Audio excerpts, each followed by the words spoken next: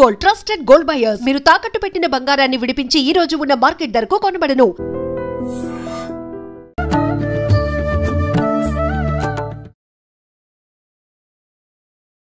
Welcome to I dream. ధర్మ మార్గం with Vijitha కార్యక్రమానికి స్వాగతం. ప్రస్తుతం మనతో పాటు ఉన్నారు శ్రీ విద్యా ఉపాసకులు సుధీర్ శర్మ కొరిడే. ఇప్పుడు వారితో మాట్లాడి వారాహి అమ్మవారి గురించిన సమాచారం అంతా కూడా తెలుసుకునే ప్రయత్నం చేద్దాం. నమస్కారం అండి. వారాహి అమ్మవారి నవరాత్రులు అతి త్వరలో మనకి ప్రారంభం అవబోతున్నాయి అంటున్నారు. కానీ చాలా మందికి ఒక కన్ఫ్యూజన్, ఈ మధ్య కాలంలో ఏ పండుగ వచ్చినా, ఏ విశేషమైన రోజు వచ్చినా ఈ రోజా ఆ రోజా అని ఒక కన్ఫ్యూజన్ ఉంటుంది. ఎప్పటి నుంచి ప్రారంభం అవుతున్నాయండి నవరాత్రులు? 26 జూన్ నుంచి 4 జూలై వరకు నవరాత్రులు. 26 జూన్ నుంచి 4 ఆషాఢ శుద్ధ పాడ్యం నుంచి ఆషాఢ శుద్ధ నవమి వరకు 9 రోజులు ఓకే పూజా కార్యక్రమాలు జరుగుతాయి. ఇప్పుడు ఈ అమ్మవారు సప్తమాతృకల్లో ఒకరు అని అంటారు. మరి సప్తమాతృకల్లో ఒకరు అంటారు, అష్టమాతృకల్లో ఒకరు అంటారు. ఎలా చూసుకున్నా 7 లేదంటే 8. మరి 9 రోజులు నవరాత్రులు అంటే బేసిక్ గా ఎవరైనా ఆలోచించేది ఏంటంటే 9 రోజులు నవరాత్రులు అంటే ఒక్కొక్క రోజు ఒక్కొక్క రూపంగా ఆరాధిస్తారు అని చెప్పి. అసలు ఈ సప్తమాతృకల ఆవిర్భావం ఎప్పుడు జరిగింది, ఏంటి ఈ నవరాత్రుల విశిష్టత గురించి తెలియజేయండి. మనకు 9 రోజులు నవరాత్రులు విశేషంగా ఉపాసన చేసుకోవడానికి అదొక లెక్క. ఇప్పుడు మాతృకలు ఉన్నారు, మాతృకలు వచ్చి అమ్మవారి శక్తి స్వరూపాలు. మనకి ఇప్పుడు మనం పొద్దున్న లేస్తే చండీ హోమం అంటూ ఉంటాం కదా, ఈ చండీ హోమాలలో వీటి గురించి వస్తాయి. మీకు ఒక అధ్యాయంలో మీకు అమ్మవారి ఈ ఏవైతే శక్తులు ఉన్నాయో 7, 8 శక్తులు, సప్తమాతృకలు లేదా అష్టమాతృకలు. 8వ వచ్చి నారసింహి అంటే ప్రత్యంగిర. మీకు మిగతావన్నీ కూడా బ్రాహ్మి, మహేశ్వరి, కౌమారి, వైష్ణవి ఇవన్నీ ఉన్నాయి కదా. మీకు ఇప్పుడు అందుకే మీకు యథాదేవస్య యద్రూపం యథాభూషణ వాహనం అని చెప్పి మీకు చండీలో వస్తుంది. ఏ దేవత రూపం అయితే ఉన్నదో అదే దేవత యొక్క రూపాన్ని తీసుకొని శక్తి రూపంగా అదే వాహనాన్ని ఎక్కి అదే ఆయుధాలు ధరించి ఈ స్త్రీ శక్తులు ఆవిర్భవించాయని వస్తుంది మనకు దానిలో.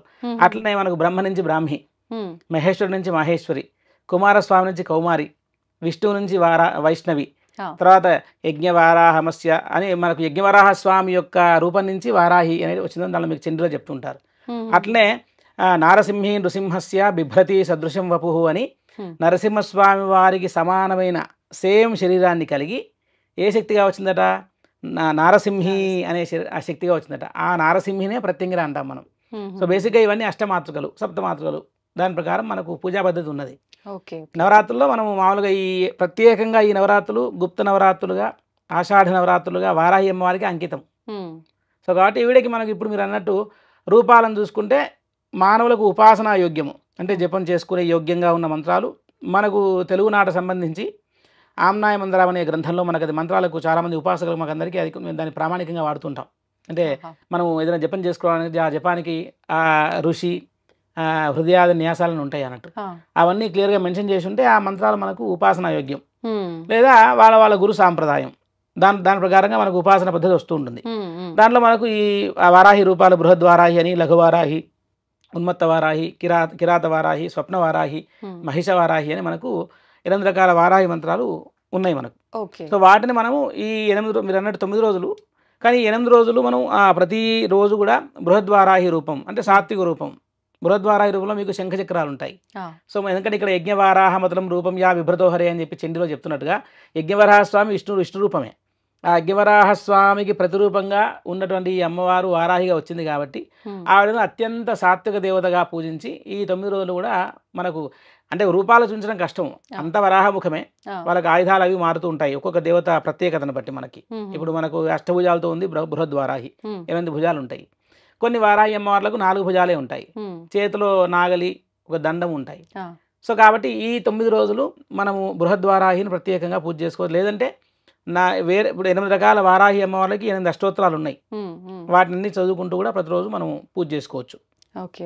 ఇప్పుడు ప్రత్యేకించి అంటే ఈ అమ్మవారి రూపాలు కానివ్వండి, అమ్మవారి ఆరాధన గురించి ఎక్కడ ఉంది అంటే ఈ మధ్య కాలంలో మీరు కూడా వినే ఉంటారు, అసలు అమ్మవారు ఏదో కొత్తగా ఒక మనిషిగా ఫేమ్ వచ్చి బయటకు వచ్చినట్టు అమ్మవారి గురించి కూడా అలా సడన్ గా తెలియటము, పూజలు విధానాల గురించి చెప్పటం వల్ల అసలు ఎక్కడ లేదేమో శాస్త్రాల్లో కొత్తగా పుట్టుకొచ్చిన దేవత గురించి అలా మాట్లాడుతున్నారేమో అనే ఆలోచన వస్తుంది. ఎక్కడ ఉంది అమ్మవారి గురించి కానీ? మనకు చాలా క్లియర్ గా అసలు బ్రహ్మాండ పురాణంలో లలితోపాఖ్యానం అనేటువంటి ఆ ఘట్టంలో మనకు లలితా అమ్మవారికి మంత్రినాథ, దండనాథ, వారాహి అమ్మవారిని దండనాథ అంటారు. ఇప్పుడు సంగీతపరంగా చూసుకుంటే ముత్తుస్వామి దీక్షితుల వారు దండనాథయ రక్షితోమని కీర్తన కూడా రాసింది ఆయన. సో మనకు మంత్రశాస్త్రంలో ఈ అమ్మవారికి చాలా పెద్ద పీఠ. కాకుండా ఏంటంటే ఆ మంత్రశాస్త్రానికి సంబంధించి ఆ మనిషికి జ్ఞానం ఉంటే కానీ మాట్లాడతాడు, లేకుంటే మాట్లాడాడు. ఉపాసనా పరంగా శ్రీ విద్యా ఉపాసన కలిగి ఉండి ఇప్పుడు లలితా అమ్మవారికి ఎట్లా అయితే శ్రీచక్రార్చన విధానం ఉన్నదో ఈ వారాహి అమ్మవారికి కూడా వార్తాళి సపర్యా పద్ధతి దండినీ క్రమం అనే అర్చనా విధానం ఉంది. లలితా అమ్మవారికి ఎంత విశేషంగా శ్రీచక్రార్చన ఉందో అంతకంటే ఎక్కువ దేవీ దేవతల సమూహంతో ఈ పరివారం ఇంకా నిండిపోయింది. లలిత వారాహి అమ్మవారు కూడా వారాహి మేరు ఉంటుంది. ఇదేమి మామూలు దేవత కాదు, శ్రీచక్రం ప్రత్యేకంగా. అందుకే ఈ దేవతలన్నిటికీ కూడా మానవులకు ఉపయోగమైనవే, అన్నీ కూడా మానవుల యొక్క కళ్యాణం కోసమే. ఏ దేవతను ఏ మనిషి పూజించినా ఆ దేవత వాడికి ఆశీర్వదించి వాడి యొక్క ఉన్నతిని కలుగజేస్తుంది. వాడికి మనం ఎక్కడ వినము ఈ ఫలానా వ్యక్తి ఈ ఫలానా దేవతను బాగా పూజించాడండి అందుకోసం ఆ దేవత కోపానికి వచ్చిందండి అని వింటాం. ఎక్కడ ఏ మానవుడు ఏ దేవతను పూజించి నష్టపోయింది లేదు. కాకుంటే ఒక వ్యక్తి గైడెన్స్తో ముందుకెళ్ళాలి. మీరు అన్నట్టు ఇప్పుడు ఇదేమో కొత్తగా వచ్చిన ఫ్యాబ్రికేటెడ్ గాడెస్ కాదు, ఎవరో క్రియేట్ చేస్తే తయారు చేసిన బొమ్మనో బాబానో గురువో కాదు. మనకు ఇప్పుడు దేవీ మహాత్మ్యంలో వారాహి గురించి ఉంది. దానిలో ఎంత మంచి శ్లోకం ఉంది తెలుసా? గృహీతోగ్ర మహాచక్రే దంష్టోద్ధృత వసుంధరే వరాహ రూపిణి శివే నారాయణి నమోస్తే అనే శ్లోకం ఉంది. అది అందరూ పొద్దునేసి చదువుకోవచ్చు. దానివల్ల అన్ని రకాల భూమి సమస్యలు పోతాయి. కానీ అంటే మనం మామూలుగా అమ్మవారి విషయానికి వస్తే ఆలయాలు ఎక్కడ పడితే అక్కడ ఉండవు. ఇదొకటి దృష్టిలో పెట్టుకుని ఏమంటున్నారంటే అమ్మవారు ఉగ్ర రూపము. కాశీలో మనకి అమ్మవారి గురించి మనం ఎక్కువగా వింటూ ఉంటాం. అక్కడ అమ్మవారిని డైరెక్ట్ వెళ్ళి దర్శించుకోవడానికి అవకాశం ఉండదు, సమయం కూడా కొంత పరిమితి మాత్రమే ఉంటుంది. మరి మిగతా అమ్మవార్లకు ఇలా ఉండదు అంటే నిజంగా ఈ అమ్మవారి ఆరాధన ఇదంతా అందరూ చేయకూడదేమో, ఉపాసన తీసుకున్న వాళ్ళు మాత్రమే చేయాలేమో, ఈ ధోరణి ఎక్కువైపోతుంది. వీటికి తగ్గట్టుగా ఇలా చూసేవి కూడా కొన్ని దానికి ఆధారంగా తీసుకోవాల్సి వస్తుంది. ఏం లేదు, ఇప్పుడు మీరు అన్నట్టు కాశీ ఒక్క విషయాన్ని తీసుకోవడం సరే. కాశీ అంటే అమ్మవారి క్షేత్రపాలిక అండి. కాశీ క్షేత్రాన్ని అమ్మవారు రక్షిస్తుంది. కాలభైరవుడు వారాహి వీళ్ళందరూ కూడా ఆ కాశీ నగరానికి వాళ్ళు ఆ మొత్తం దానికి వాళ్ళు రక్షణ కల్పిస్తూ ఉంటారు. ఒక కాశీ అనేటువంటి పుణ్యక్షేత్రంలో మాత్రమే మనకు వారాహికి సంబంధించి అట్లాంటి ఒక నియమం ఉంది. మీరు వేరే చోట్ల చాలా ఆలయాలు, తంజావూరుకి వెళ్తే అక్కడ బృహద్వారాహి ఉన్నది, విశేషమైన వారాహి. అక్కడ మామూలుగా ఎప్పుడు పొద్దున సాయంకాలం ఓపెన్ ఉంటుంది. మేము ఎన్నోసార్లు అక్కడ తంజావూరులో కచేరీలు వాయించాము. ఆషాఢ నవరాత్రుల్లో 2016లో కచేరీ వాయించాము మేము. వాళ్ళు అడిగితే అసలు వాళ్ళు లేదు ఎక్కడ కూడా వారాహి అనేటువంటి ఆలయానికి ఇట్లా ఈ రూల్స్ అన్ని చోట్ల కామన్గా ఉండదు. ఏ ప్రదేశానికి ఏ స్థలానికి ఏ క్షేత్రానికి ఉండే మహాత్మ్యం దానికి ఉంటుంది.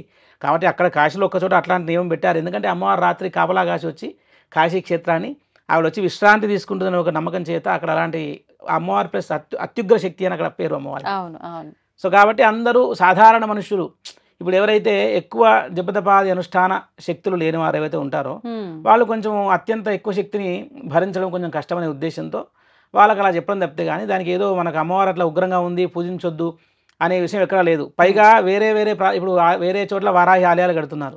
ఇప్పుడు కుర్తాలం గురుగారు మహామంత్ర స్వరూపం ఆయన గురుగారు సిద్ధేశ్వరానంద భారతీ స్వామి వారు. వారి ద్వారా అసలు మానవులకి ఏంటంటే అసలు ఎంతో ఏదో అపోహలు ఉన్న అనేక రకాల మంత్రాలు ప్రతి మనిషి కూడా మీరు గురుగారు ఒకటే అంటారు, జపం చేసుకోండి, దేవతా అనుగ్రహం పొందండి. షార్ట్ కట్స్ లేవు దీనికి.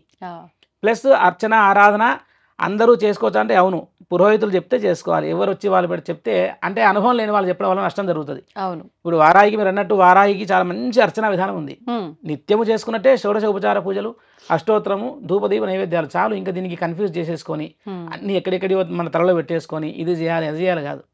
భక్తిగా ఆమె నామాన్ని స్మరణ చేస్తూ ఆమె అష్టోత్తరం కానీ సింపుల్ పూజా పద్ధతి, షోడశ ఉపచార పూజలు 16 పూజలు 16 ఉపచారాలతో పూజలు ప్రతి ఒక్కరు చేసుకోవచ్చు. ఎక్కడ వారాహి అమ్మవారు ఉన్నా అక్కడికి వెళ్ళి అమ్మవారిని అసలు నిస్సందేహంగా దర్శనం చేసుకొని ఆవిడ ఆశీర్వాదాన్ని పొందొచ్చు.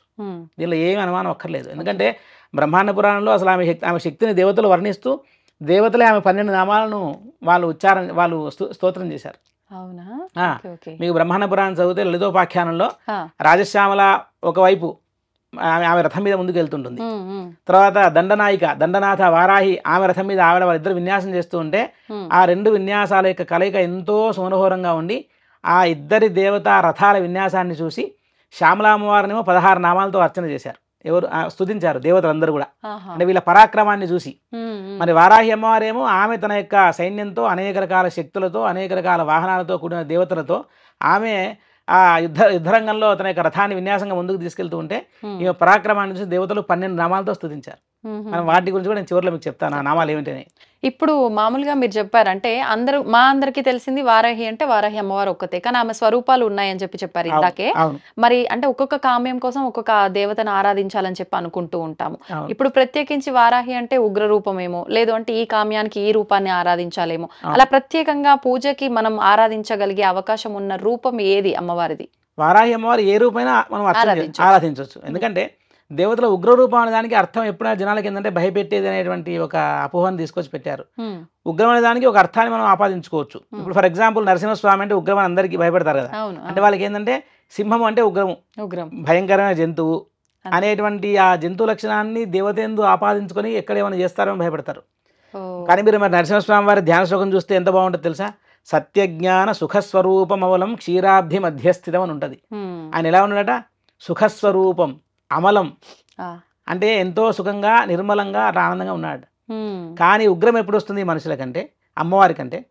తన యొక్క భక్తులు ఎప్పుడైతే కష్టపడుతున్నారో వాళ్ళ కష్టాలను చూస్తే ఆవిడ తట్టుకోలేదు, ఓర్చుకోలేదు. కాబట్టి ఉగ్రం అంటే తొందరగా రెస్పాండ్ అయ్యే లక్షణం కలిగి ఉండడం ఉగ్రం అండి.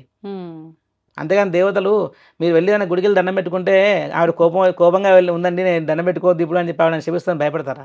అయ్యో, ఈ మధ్య కొంతమంది చెప్పడం కూడా విన్నామండి సోషల్ మీడియాలో, వారాహి అమ్మవారు ఉగ్రరూపం కాబట్టి ఆమెను ఎవరైనా ఆరాధించిండ్రు అంటే వాళ్ళు కూడా ఉగ్రమైన ఆలోచనలు ఎక్కువ వస్తాయి వాళ్ళలో కూడా అని చెప్పి చెప్పడం మొదలు పెట్టారు. అది అంత బేస్లెస్ అండి. ఎంతో ఇప్పుడు అట్లంటే మీకు మహాసిద్ధులు కుర్తాలం గురుగారు పరమ కాళీ ఆయన అపరకాళీ స్వరూపులు. మరి కాళీ అంటే ఎంత ఉగ్రం తెలుసు అందరికి. మరి అసలు వారి వాత్సల్యము వారి ప్రేమ అంటే ఎందుకు వారి పేరు చెప్తున్నా అంటే ఒక ఎగ్జాంపుల్, ఒక మహనీయుని తెలుసుకోవడం ఒక ఎగ్జాంపుల్. ఇప్పుడు చాలామందికి చిన్న కారపొడి ఇంత వేస్తేనే కారం తట్టుకోలేరు. కొంతమంది చాలా కారం తిని కూడా వారు చాలా తట్టుకునే శక్తి ఉంటుంది. అంటే సింప్లిఫైగా చెప్తున్నా మీకు, సాధారణ మనుషులకు అర్థం కావడానికి. అట్లా ఎక్కడ కూడా ఇప్పుడు మరి శ్రీవిద్య ఉపాసనలో మాకు బగలాముఖి, తర్వాత ఈ వారాహి, కాలభైరవుడు, మిగతా చాలా దేవతల మంత్రాలు మాకు నిత్యానుష్ఠానంలో ఉంటాయి. అది చేస్తే మేము కూడా ఉగ్రంగా అయిపోవడం అట్లాంటిది ఉండదు. మనకేంటంటే దేవతా అనుగ్రహం కలిగి మనిషి జపం చేయగా చేయగా చేయగా ఇంకా బ్యాలెన్స్ అయిపోతాడు. అంటే ఒక సమాధి స్థితికి వచ్చేస్తాడు. అంటే క్వైట్గా కామ్గా అయిపోయి అన్నిటినీ ఒక కళ్ళు మూసుకొని కూర్చొని ఒక విశదీకరించి అనలైజ్ చేసే సిచ్యువేషన్కి వస్తాడు. అదంతా అంటే సాత్విక ఆహారం తింటూ ఏ దేవతనైనా సాత్వికంగా ఉపాసన చేసుకోవచ్చు. మనం ఏమీ ఫిజికల్గా అర్పణ చేయలేము, మనం ఏమీ అసలు పండ్లు పూలు ఏమీ తేలేము, మరి ఏమి లేని పరిస్థితి ఉన్నప్పుడు మరి వాళ్ళు అమ్మవారికి ఏమి ఇష్టం అంటే స్తోత్ర ప్రియ స్తుతిమతి అని లలితా సహస్రనామాలు అమ్మవారి గురించి చెప్తారు. ఆమెకు స్తోత్రం ప్రేమగా పిలిస్తే అమ్మ పలుకుతుంది అనేటువంటి విషయం మనం చాలా భక్తుల విషయాలలో చాలామంది ఎవరైతే అమ్మవారిని ప్రేమగా పిలిస్తే వాడు ధనవంతుడా పేదవాడా, భక్తి ఉందా లేదా కాదు, ప్రేమగా అమ్మ అని పిలిచారు, నామాన్ని స్మరించారు, అనుగ్రహం ఇస్తుంది. వేరే ఎట్లాంటి వాటికి తావు లేదు. కలికాలంలో ఏ దేవత అయినా సరే సమానమైన శక్తిని కలిగి మనుష్యుల యొక్క అన్ని కోరికలు తీర్చే లక్షణాన్ని కలిగి ఉంటారు. ఎక్కువ తక్కువ అనుకోవడం ఏంటంటే మనకు దసరా వస్తే మనం దుర్గామ్మవారినే ఆవిడే పరదేవత, ఆవిడే మహాశక్తి అని మనం పూజ చేస్తాం. ఎందుకంటే ఆవిడ మీద శ్రద్ధ కుదరడానికి. వారాహి వచ్చింది. వారాహి అంటే మనకు ఆషాఢ నవరాత్రులు ఇప్పుడు కొత్తగా వచ్చింది కాదు, ఎప్పటి నుంచో అనంతకాలం నుంచి ఉపాసకులు రహస్యంగా వాళ్ళ యొక్క ఉపాసన శక్తిని, ఉపాసన పద్ధతిని వారు ఇంకా బాగా మెరుగుపరుచుకోవడానికి, దేవి అనుగ్రహాన్ని పొందడానికి చేసే ఒక సాధన ఈ వారాహి నవరాత్రులు. ఇప్పుడు ఏంటంటే అమ్మవారు మరి దేవతలు వాళ్ళు ఇష్టం అండి, వాళ్ళు ఎప్పుడు ప్రకటన కావాలంటే అప్పుడే ప్రకటన అవుతారు. అంతే. మనకి తెలుగు నాట తక్కువ పరిచయం వారాహి. తమిళనాడు వెళ్ళండి, కర్ణాటక వెళ్ళండి, అక్కడ ఎక్కువగా పూజిస్తారు, బ్రహ్మాండంగా ఉంది వారాహి పద్ధతి, వారాహి అర్చన, వారాహి ఉపాసకులు. కేరళ వెళ్తే ఎంతో మంది వారాహి ఉపాసన చేసి తాంత్రికులు ఉన్నారు. అట్లా మనకు ఈ దేవతను ఏ రూపంలో ఉన్న దేవతనైనా సరే సంతోషంగా పూజ చేసుకోవచ్చు. ఓకే. మామూలుగా మనకు అంటే ఏ దేవి దేవతలకైనా కూడా ఒక జంతువు గాని పక్షి గాని వాహనంగా ఉంటుంది. అవును. అలా వారాహి అమ్మవారి వాహనం ఉందా ఏంటి? ఉంది. ఇప్పుడు మనకు బ్రహ్మాండ పురాణంలో మీకు లలితోపాఖ్యానంలో చెప్పా కదా, మనకు ఆ వారాహి అమ్మవారట ఒక జంతువుని ఎక్కి ఆవిడ వస్తున్నప్పుడు ఆ జంతువు ఏంటంటే సింహము. దాని పేరు వజ్రఘోషం. ఇప్పుడు అందరూ కింద మామూలుగా ఇన్స్టాగ్రామ్ లో కామెంట్స్ పెడుతుంటారు వజ్రఘోషం అని. అది ఏంటని చూస్తే అమ్మవారి యొక్క వాహనం పేరు వజ్రఘోషం. ఈ ప్రత్యేకమైన దేవత సింహవారాహి, సింహం మీద కూర్చున్న వారాహి. అపరాజిత అంటే సింహం అనేనా? వజ్రఘోషం అంటే మీకు ఇంకా భూమి ఆకాశం దద్దరిల్లిపోయేంత శబ్దం, గర్జించేటువంటి శక్తి గలది అని అర్థం. వజ్రఘోషం అంటే పిడుగుపాటు శబ్దం అర్థం చేసుకోండి. వజ్రఘోషం అంటే పిడుగును వజ్రం అని కూడా అంటారు. సో మనకు అది పిడుగుబడితే ఎంత సౌండ్ వస్తుంది, అవును అవును. అట్లా సింహ గర్జనతో భూమి ఆకాశం దద్దరిల్లిపోతాయట. అట్లాంటి సింహాన్ని ఎక్కి అమ్మవారు కవాత చేస్తుంది, దాని పేరే వజ్రఘోషం సింహవారాహికి. మిగతా మీకు మంత్ర భాగాలలో మహిషవారాహి అని ఉంది, కుక్కుట వారాహి అని ఉన్నది. సో ఇట్లా కొన్ని కొన్ని రూపాలకి ప్రత్యేకమైన మహిషవారాహి దున్నపోతు మీద ఎక్కి వచ్చే అమ్మవారుగా ఆవిడ ప్రసిద్ధి ఉన్నది. సింహం వచ్చి సింహవారాహి, బృహద్వారాహికి సింహం అనేటువంటిది ఆవిడ వాహనం. ఓకే, మీరు ఇందాక అన్నారు నేను ఆఖరిలో చెప్తాను అని చెప్పి, మంత్రం గాని నామం గాని ప్రత్యేకించి ఏ ఆరాధన చేసినా అది ఇంపార్టెంట్ ఖచ్చితంగా. ఈ అమ్మవారికి ప్రత్యేకించి ఏ మంత్రంతో ఆరాధించవచ్చు అంటారు? అమ్మవారికి బ్రహ్మాండ పురాణంలో లలితోపాఖ్యానంలో దేవీ దేవతలు ఈమె పరాక్రమాన్ని చూసి 12 నామాలు అంటే 12 నామాలు ఇచ్చారు. ఆ 12 నామాలు చెప్తారు చూడండి. ఎవరు ఇప్పుడు ప్రతిరోజు చాలాసేపు అష్టోత్తరం చేసుకోలేని వాళ్ళు, కొంచెం నోరు తిరక్క కరెక్ట్గా మామూలుగా సరిగ్గా ఉచ్చారణ చేయలేకపోయే శక్తి ఇబ్బంది ఉన్న వాళ్ళు వీటిని ఏ ఒక్క నామానైనా సరే 108 టైమ్స్ 108 సార్లు జపం చేసుకుంటే బ్రహ్మాండం చాలు. 12 చెప్పగలిగిన వాళ్ళు 12 చెప్పుకుంటే బెటరా? చాలు. 12 చెప్పగలిగిన వాళ్ళు 12 నామాలని 12 × 9 సార్లు చెప్తే 108 పేర్లు అయిపోతాయి. అట్లా కూడా చెప్పుకోవచ్చు. అంటే ఒక సులువు కోసం చెప్పడమే. లేదంటే అష్టోత్తర వారాహి అష్టోత్తరం ప్రత్యేకంగా ఉంది, వారాహి సహస్రనామం ఉంది, వారాహి కవచం ఉంది, వారాహి స్తోత్రం ఉంది, అన్నీ ఉన్నాయి. అంటే ఈ దేవతకు ఎంతో ఉపాసన మార్గం, ఎంతో ఉపాసన పద్ధతి ఉంటే తప్ప కానీ ఇవన్నీ ఉండవు. ఏదో నిన్నగాక మొన్న వచ్చిందంటే కాదు. వారాయికి అసలు ఎంత విశేషమైన ఆవరణార్చన, ఒక్కొక్క ఆవరణం ఒక్కొక్క లేయర్కి ఒక్కొక్క తంతుకి ఆమెకు విశేషమైన అర్చనా పద్ధతి ఉన్నది వారాయికి చాలా. ఇప్పుడు 12 నామాలు చూద్దాం మనం. ఫస్ట్ మొట్టమొదటి పేరు అమ్మవారి పేరు పంచమి. పంచమి తిథి పేరు కదా ఇది, కానీ మీకు సప్తమాతృకల్లో 5వది కాబట్టి పంచమి. ఓకే. తర్వాత ఇంకొకటి అనుకోవచ్చు, పంచమి అంటే పంచభూతాలకి అధిపతి కాబట్టి పంచమి అని కూడా అనుకోవచ్చు. పంచమి అని పేరు ఉంది కాబట్టి మరి ఏం చేసుకోవచ్చు చెప్పంటే పంచమ్యై నమః అని చేసుకోవచ్చు. రెండవది వచ్చి దండనాథ, అంటే యుద్ధ సైన్యాధ్యక్షురాలు, దండాన్ని చేతిలో పట్టుకొని ఆ సైన్యాన్ని అంతా కూడా కమాండ్ చేసి ఆమె కంట్రోల్ చేసేటువంటి సామర్థ్యాన్ని కలది. దండనాథ అంటే క్రమశిక్షణలో పెట్టేటువంటి లక్షణం కలది అనుకోండి. స్కూల్ టీచర్ చేతిలో కర్ర పట్టుకుంటారు, అట్లనే అనుకోవచ్చు. దండనాథాయై నమః అనుకోవచ్చు. ఇది రెండవ పేరు. మూడవ పేరు వచ్చేసి సంకేతాయై నమః. నాలుగవది సమయేశ్వర్యై నమః. ఐదవ పేరు సమయ సంకేతాయై నమః. ఆరవ పేరు వారాహ్యై నమః. ఏడవ పేరు పోత్రిణ్యై నమః. పోత్రి అంటే అడవి పంది అని అర్థం, నిఘంటు అర్థం. సో పోత్రిని అంటే అడవి పంది లాంటి ముఖాన్ని కలది అని అర్థం. పోత్రిణ్యై నమః అని చేసుకోవచ్చు. తర్వాత శివ.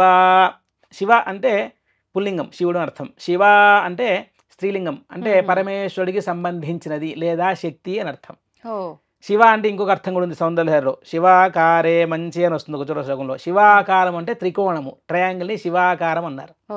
అది శక్తి స్వరూపం, అమ్మవారి స్వరూపంగా శక్తి స్వరూపంగా తీసుకోవచ్చు.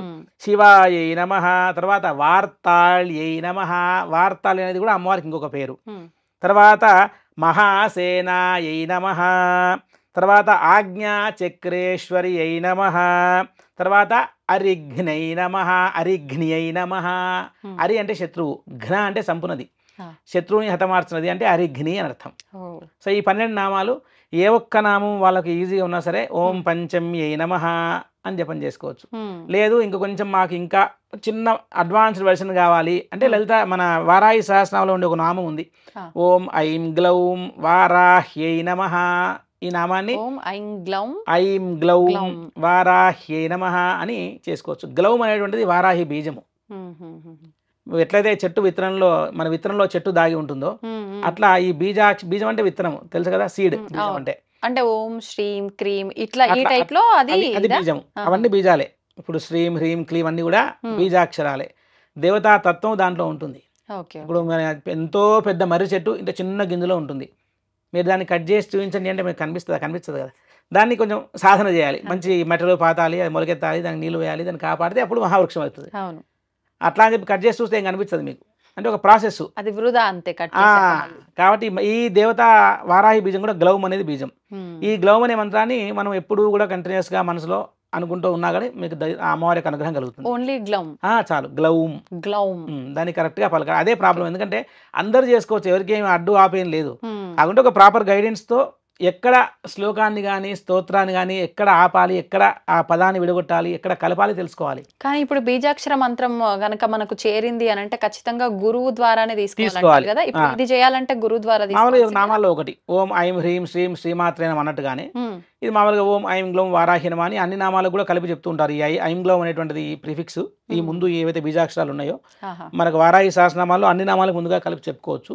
దీనికి ఏమి ఇబ్బంది లేదు, చేసుకోవచ్చు. ఓకే, ఇప్పుడు ఇది పర్టికులర్ గా ఈ వారాహి నవరాత్రులు 9 రోజులే చేసుకోవాలా, లేదు అంటే నిత్యం కూడా చేసుకోవచ్చు అంటే? ఏ దేవత అయినా సరే నిత్య ఉపాస్య దేవతలు వీళ్ళందరూ కూడా పొద్దున్న లేస్తే ఏదో ఇది ఎండాకాలం వానకాలం లాగా కాదు. మనకు మానవుడు తన యొక్క ఉన్నతి కోసం, తన వెల్ఫేర్ కోసం చేయగలిగే ఒకటి పూజ. ఓకే, అది చేయనాడు మనం ఆలోచన చేయాల్సి వస్తుంది. చేసిన నాడు మనకు ఎంతో పెద్ద కష్టం కూడా ఇంత చిన్నదాంతో వెళ్ళిపోతుంది. కాబట్టి ఏ దేవత అయినా సరేనండి ప్రతి నిత్యము ఉపాసన చేసుకోవచ్చు, ప్రతిరోజు అనుష్ఠానం చేసుకోవచ్చు. దానికి ఏమి నియమం లేదు. పొద్దున స్నానం చేసి పూజ చేసుకుని బయటికి వెళ్ళిపోయారంటే ఇంకా తర్వాత మీ లైఫ్ స్టైల్ మీదే. అన్ని మిక్స్ చేసుకోవద్దు. ఇది తినొచ్చా, అది తాగొచ్చా, ఇది చేయొచ్చా, అది చేయొచ్చా. ఫస్ట్ పొద్దున్నలోగానే స్నానం చేసి శుభ్రంగా ఉన్నప్పుడే పూజ చేసుకుని బయటికి వెళ్ళిపోవడమే. అక్కడ నీకు స్వామివారి దగ్గర అటెండెన్స్ పడ్డది చాలు. ఇంకా తర్వాత ఆ రోజంతా దీనికే లింకప్ చేసుకొని నేను ఇది చేస్తే అదవుతుందా, అది చేస్తే వారి నిత్యము చేసేటువంటి లైఫ్ స్టైల్ వాళ్ళ దాంతో ముందుకెళ్ళిపోవడమే. అన్ని కలుపుకొని కన్ఫ్యూజ్ కావద్దు. ఓకే, అయితే ఇప్పుడు ప్రస్తుతం అంటే ఉన్న పరిస్థితుల్లో ఒకరు భక్తితో ఆరాధిస్తారు, అది ఉపాసనైనా ఆరాధనైనా. కొంతమంది ఇష్టంతో చేస్తారు భగవంతుడి పైన, కొంతమంది కామ్యం కోసం చేసే వాళ్ళే ఎక్కువగా ఉంటారు. ఇప్పుడు మీరు చెప్పిన ఈ నామాల్లో అంటే ఏది చేసినా అన్నిటికీ వర్తిస్తుంది అన్నారు. ప్రత్యేకించి పలానా గృహమే అనుకోండి, నాకు ఈ నామం చేస్తే అవుతుంది, అట్లాంటి పర్టికులర్ గా కూడా ఏమైనా నామం తీసుకొని చేసుకునే అవకాశం? అమ్మవారికి అష్టలక్ష్మి స్వరూపిణి, అష్ట దారిద్ర్య నాశిని, ఇష్టకామ్య ప్రదాయిని వారాహి నమోస్తుతే. ఇంకా మీకు అష్టలక్ష్మి స్వరూపిణి అని చెప్పినప్పుడు అమ్మవారు మీరు అన్నట్టు కామ్యం అంటే కోరిక, అంతే. మంచి కోరికను కామ్యం అంటారు. దానికి అర్థము మామూలుగా ప్రాపర్ ఒక డిక్షనరీ మీనింగ్ వచ్చి కామ్యకర్మ అంటే ఏదో కావాలి అని చేసేది, అంతే. ఇప్పుడు నా మనోవాంఛ తీరింది అంటారు, అంటే నా కోరిక తీరింది. కోరిక అంటే ఏంటి? నాకు ఏదో ఇల్లు కట్టుకోవాలి, కారు కొనుక్కోవాలి, మంచి ఉద్యోగం కావాలి. ఇవన్నీ మనిషికి ఉండేటువంటి కామ్యాలు, అంటే కోరికలు. ఇప్పుడు మీరు అన్నట్టు ఈ దేవతకి మీరు ఏ కామ్యము, ఏ అభీష్టము సిద్ధించాలన్నా కూడా ఈ దేవతను పూజించవచ్చు. ఇంతకుముందు అనుకున్నట్టు ఈ అమ్మవారు ఓన్లీ ఇల్లు మాత్రమే ఇస్తుందండి, ఇంక వేరే చెప్పడానికి లేదు. బేసిక్ గా వారాహి అమ్మవారు అనగానే ప్రతి ఒక్కరిలో ఉండే ఆలోచన ల్యాండ్ కు సంబంధించిన ఏమైనా గొడవలు ఉన్నా, మనం ఏదైనా కొనుక్కోవాలన్నా, ఇల్లు కొనుక్కోవాలన్నా ఈ భూ సంబంధితమైన వాటికి మాత్రమే వారాహిని పూజిస్తారు అని చెప్పి రియల్ ఎస్టేట్ వ్యాపారస్తులు, కన్స్ట్రక్షన్ ఇలాంటి వాళ్ళు ఎక్కువగా అమ్మవారి ఆరాధన చేయడం మొదలు పెట్టారు ఈ మధ్య కాలంలో. భూమి అసలు ఎవరికి భూమి వద్దు?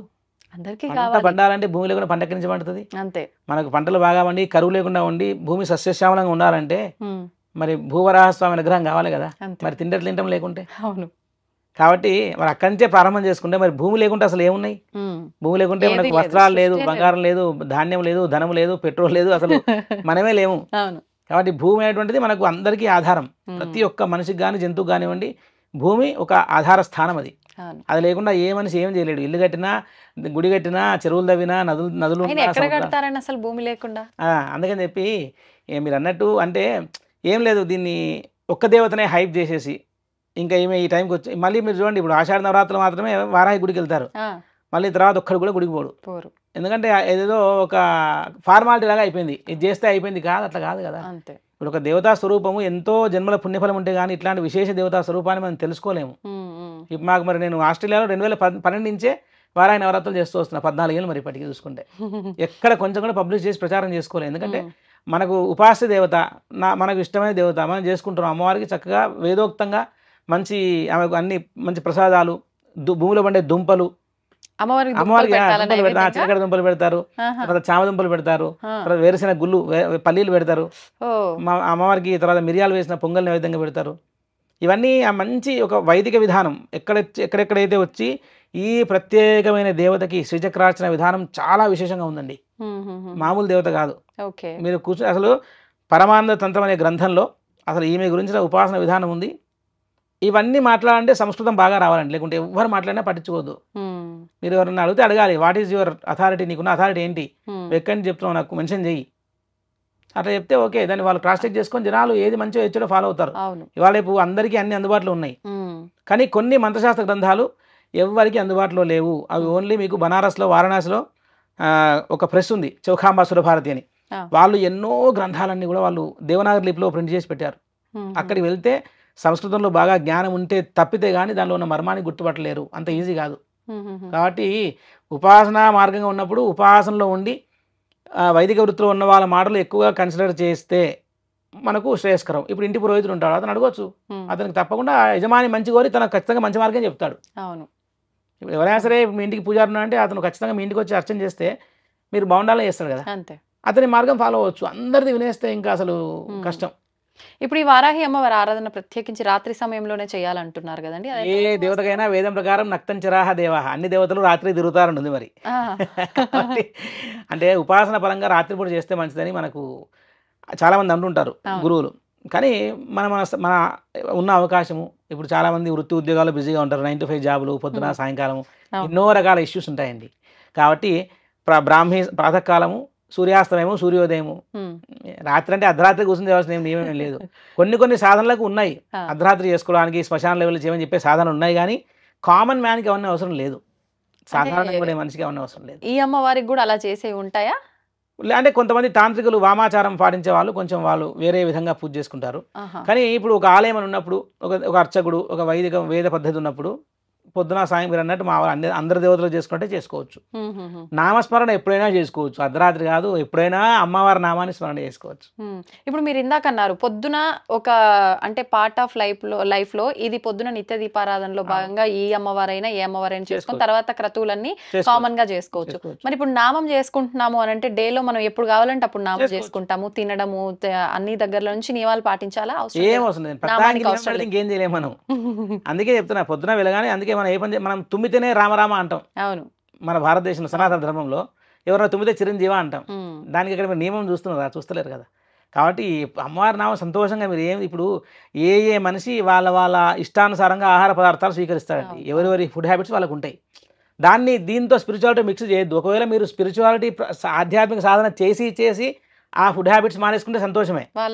లేకుంటే ఏం చేస్తారు తెలుసా? అమ్మో పూజ చేస్తే ఇవి మానేయాలని చెప్పి వాడు పూజ మానేస్తాడు. ఉన్నారు అట్లా కూడా. కాబట్టి ఏం లేదు, మనకు కావాల్సింది ఏంటంటే ఎవరైనా సరే మనం పూజ చేస్తే మోటివేషన్ చేయాలి. ఇప్పుడు యంగ్స్టర్స్కి నువ్వు అది తినొద్దు ఇది తినొద్దు అంటే వాళ్ళు ఫస్ట్ అమ్మో ఇది నాకు వర్కౌట్ కాదు పూజ మానేసి అది తినే దానికి మొగ్గు చూపిస్తుంటారు. కాబట్టి చెప్పాలి పిల్లలకి, నాన్న నువ్వు మార్నింగ్ లేవగానే స్నానం చేసి ఒక 5 నిమిషాలు ఓం నమః శివాయ నమో నారాయణ జపం చేసుకొని తర్వాత ఇష్టం రా అంటే వాడు హ్యాపీగా బ్రహ్మాండంగా రోజు దండం పెట్టుకుంటాడు. వాళ్ళకి మంచి అలవాట్లు నేర్పాలి. బొట్టు పెట్టుకోవాలి, చిన్నగా ఆవాగినంత బొట్టు పెట్టుకోరు, ఎంత నామూషియో. మరి లేనప్పుడు కదా, అంతే. ఎంత పదార్థం వండినా ఉప్పు లేకుంటే కూర రుచించదు కదండి. కాబట్టి దైవానుగ్రహం రావాలంటే కొన్ని మినిమం చేస్తే చాలు. విహిత కర్మలు అంటే ఖచ్చితంగా చేయవలసింది అని ఉంటాయి కొన్ని, అవి చేస్తే చాలు. అవి చేయకుంటే వచ్చే పాపము అనంతమైన పాపము. చాలా చిన్నవి మైనర్ బుజ్జి చాలా సూక్ష్మమైన విషయాలు ఉంటాయి. కాబట్టి ఏమి కలుపుకోవద్దు. నామస్మరణకి ఏ నియమం లేదండి, ఎప్పుడైనా చేసుకోవచ్చు. మనం తిన్నా పడుకున్నా లేచినా ఎలాంటి కాలకృత్యాలు తీసుకున్నా మనసుకి అశుద్ధమైనటువంటి లేదు, శరీరానికి అశుద్ధం ఉన్నది. శరీరం కొంచెం మనకి మలమూత్రాలతో ఉంటుంది కాబట్టి దానికి శుభ్రత అవసరం. మానసికంగా ఎలా వస్తుంది పరిశుభ్రత అంటే ఒక నామస్మరణ వల్ల, ఆలోచన చేయడం వల్ల, వేదాన్ని గురించి ఆలోచన చేయడం వల్ల. అట్లాంటి ప్రత్యేకంగా అదే టైంలో ప్రారంభం చేయొద్దు. అంటే నిత్యం ప్రాక్టీస్ చేసుకునే అనుభవం పెంచుకోవాలి. ఒక అభ్యాసం చేస్తే ఆ అభ్యాసం ప్రకారంగా ఈ సమయాలలో నా మైండ్లో తెలియకుండానే నాకు మా సబ్కాన్షియస్ మైండ్కి ఒక దేవత జపం నడుస్తూ ఉంటుంది. దాన్ని జప అంటారు. అంటే మన ప్రత్యక్షమైన ఇన్వాల్వ్మెంట్ లేకుండానే చిన్న మెదడు అది వేరే పనులు ఆలోచన చేస్తూ ఉంటుంది కదా, దాన్ని జప అంటారు. అంటే జపం చేయకుండానే జపం చేయడము, వితౌట్ మీ జోక్యం. అది చాలా పెద్ద స్థితి. కాబట్టి 24/7 ఎప్పుడంటే అప్పుడు నిత్య నామస్మరణ చేయొచ్చు. వాళ్ళ ఇష్ట దేవతను కానీ ఏ దేవత అయినా సరే చేసుకోవచ్చు. లలిత సహస్రనామాల్లోనే అమ్మవారి సంబంధించిన నామము ఉంటుంది, ప్లస్ లలిత అమ్మవారి పరివార దేవతగా ఈవిడ ఉంటుంది. కాబట్టి ఎందుకు ప్రత్యేకించి ఈమె పరివార దేవతని మేము ఆరాధించాలి? మెయిన్ మూలం ఎవరైతే ఉన్నారో ఆమెను పట్టుకుంటే సరిపోతుంది కదా, ఎందుకు వీళ్ళంతా ఈమెను ఆరాధించమని చెప్పడం అనే వాళ్ళు కూడా ఉన్నారు ఈ మధ్య కాలం. ఏం చెప్తారండి? ఏం లేదు, లలిత అమ్మవారి శక్తి స్వరూపమే వారాహి. సో వారాహిని పూజించినా లలితను పూజించినా వారాహిని పూజించినట్టే. ఎందుకంటే వీళ్ళిద్దరు లేకుండా ఆమె ఎందుకు తెలుసా? భజే శ్రీచక్ర మధ్యస్థాం దక్షిణోత్తరయో సదా శ్యామ వార్తాళి సంసేవ్యాం నమామి లలితాంబికాం. ఎలాంటి లలిత అమ్మవారిని పూజిస్తున్నామని ఇక్కడ చెప్తున్నారు చూడండి. భజే శ్రీచక్ర మధ్యస్థాం, శ్రీచక్ర మధ్యలో ఉన్నటువంటి ఎవరిని పూజిస్తున్నాను నేను? లలిత అమ్మవారిని. ఎలాంటి లలిత అమ్మవారిని పూజిస్తున్నాను? ఎవరితో ఉన్న అమ్మవారి అంటే దక్షిణోత్తర యోస్తదా. దక్షిణం అంటే కుడివైపు, ఉత్తరం అంటే ఎడమవైపు. దక్షిణ ఉత్తరం అంటే సౌత్ నార్త్ కదా. అమ్మవారు తూర్పు ముఖం చూస్తున్నప్పుడు కుడివైపు దక్షిణం ఉంటుంది, ఎడమవైపు ఉత్తరం ఉంటుంది. సో అమ్మవారికి ఎవరెవరు ఉన్నారు? దక్షిణోత్తర యోస్తదా. సదా అంటే ఎల్లవేళలా, ఎప్పుడో అప్పుడు పార్ట్ టైం జాబ్ కాదు. పక్కన రాజశ్యామల, ఇటు పక్కన వారాహి ఉంటారు. అలాంటి లలిత అమ్మవారిని నేను పూజిస్తున్నా అన్నారు. అంతేగాని ఓన్లీ నేను లలిత అమ్మవారిని పూజిస్తున్నా అనలేదు. కాబట్టి ఈ అమ్మవారు ఎందుకు పూజించాలి అంటే లలిత అమ్మవారికి ఎన్నో, ఇప్పుడు భండాసుర వధనే ఉందనుకోండి, దాంట్లో ఈమె గురించి ఎంత అద్భుతంగా కీర్తించి అసలు ఈమె శక్తులు ఎంతో గొప్పగా ఉండకుంటే ఈమెకు అంత విస్తారమైన ఎలాబొరేటెడ్ పూజా విధానము, ఈమెకు ఎంతో విశేషమైన పాత్రా సాధనాలు, అర్ఘ్య ప్రదానాలు, అర్ఘ్యాలు, ఆవరణ విధానము, తర్పణాలు ఎన్నో ఉన్నాయి వారాహికి. మీకు చెప్పిన కదా మీకు నేను, దండిని క్రమమైన అర్చన ఉంది అమ్మవారికి, శ్రీచక్రార్చన. అద్భుతమైన దేవతా పరివారం అమ్మవారిది దానిలో. కాబట్టి అట్లా ఈ దేవతను ఇప్పుడు ఇప్పుడు రామనవమి వచ్చిందండి, రాముని పూజ చేస్తాం. అదెందుకంటే విష్ణు ఉన్నాడు కదా, రాముని ఎందుకు పూజ చేస్తారంటే రామావతారం ఇచ్చేటువంటి సందేశం రామావతారం ఇచ్చింది, ఆదర్శ పురుషుడు కాబట్టి రాముని పూజించుకుంటున్నాము. ఆయనే విష్ణు అవతారమే కదా. అదేవిధంగా లలితామ్మవారు స్వరూపమే వారాహి కాబట్టి ఆమె స్వరూపం యొక్క విశేషాన్నే మనము వారాహి రూపంగా అర్చన చేస్తున్నాం. ఆమె ఆవిర్భవించిన సృష్టే, అందుకని చెప్పి వారాహిని పూజ చేసుకుంటున్నాము. మరి అట్లా అంటే అదేంటండి అట్లా అంటున్నారు, చాగంటి గారు గరికబడి గారు ప్రవచనాలు చెప్తున్నారు, మీరు చెప్తే ఎందుకు వినండి అని అడిగితే ఎట్లుంటుంది? దేని ప్రత్యేకత దానికే ఉంది. కాబట్టి మనము ఎవరు అమ్మవారు మనకు మనస్సుకి మానవులకి శ్రేయస్సు చేస్తుంది, కళ్యాణం చేస్తుంది.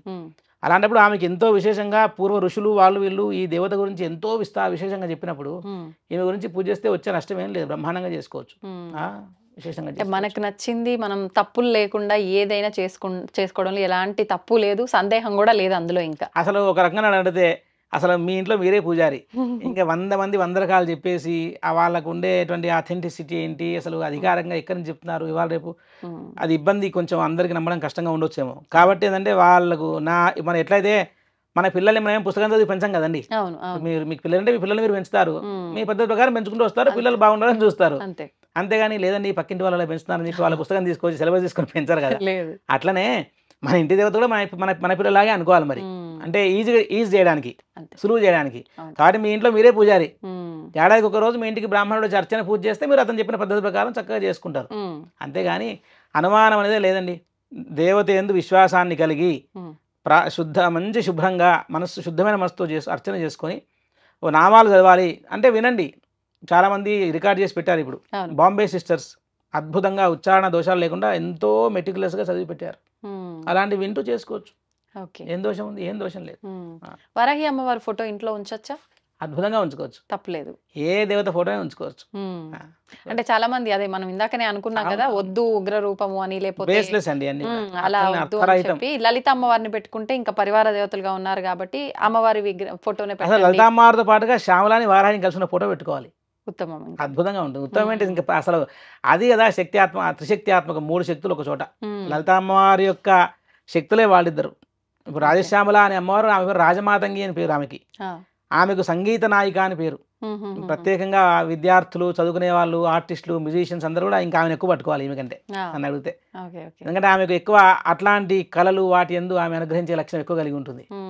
కాబట్టి అందుకే శ్యామ వార్తాలి, శ్యామల వారాహి కలిసిన లలిత అమ్మవారి ఫోటో ప్రతి ఒక్క మానవుడు ఇంట్లో ఏమీ సందేహం అనేది లేకుండా పెట్టుకోవచ్చు. దానివల్ల ఎలాంటి నష్టం ఎవరికి జరగదు.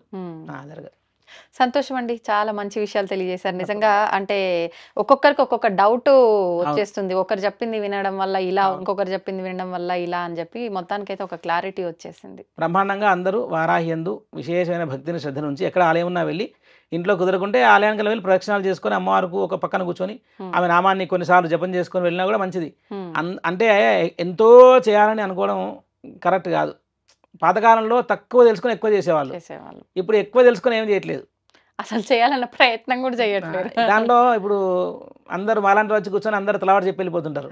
ఎవరిది వినాలి, ఎవరిది చేయాలి అనేటువంటిది చాలా పెద్ద సమస్య అయిపోయింది. కాబట్టి ప్రాపర్గా దేనికైనా సరే అండి, వేదాల్లో, వాటిలో, గ్రంథాల్లో, మనకు ధర్మ గ్రంథాలు అన్నింటిలో కూడా ప్రతిదీ పూజా విధానం మంచిగా మనకు అసలు ఏ ఒక్క క్వశ్చన్ కూడా ఆన్సర్ ఇవ్వకుండా వదిలిపెట్టబడలేదు. కాకుండా దానికి తగ్గట్టు కరెక్ట్గా చెప్పేవాడు రావాలి. అంతే. అప్పుడు వాళ్ళకు జనాలకు బాగా ఓహో ఇతను చెప్పేది కరెక్ట్గా ఆథెంటిక్గా చెప్తున్నాడు, అధికారికంగా చెప్తున్నాడు అనేటువంటి విషయం అందరికీ తెలిసి ఇంకా బాగా ఆధ్యాత్మికతను ప్రాక్టీస్ చేస్తారు. కాబట్టి అందరూ నిస్సందేహంగా వారాహి నవరాత్రులు చేసుకోవచ్చు. ధన్యవాదాలండి. శ్రీమాత్రే నమః. శ్రీమాత్రే నమః. తవ్వుతున్న శివలింగం సరే దాన్ని అట్లా కప్పేసేయండి, చూపించదండి. Krishna is there. మూర్తి పూజ కాదు, సాక్షాత్ బ్రజేంద్ర నందన భగవాన్ ఉన్నారు మూర్తిలో. ఏమీ ఆశించకుండా ఆరాధించే వాళ్ళు కూడా ఉన్నారా ప్రభుజీ? నిజమైన భక్తి అంటే మనకు తెలియదు కాబట్టి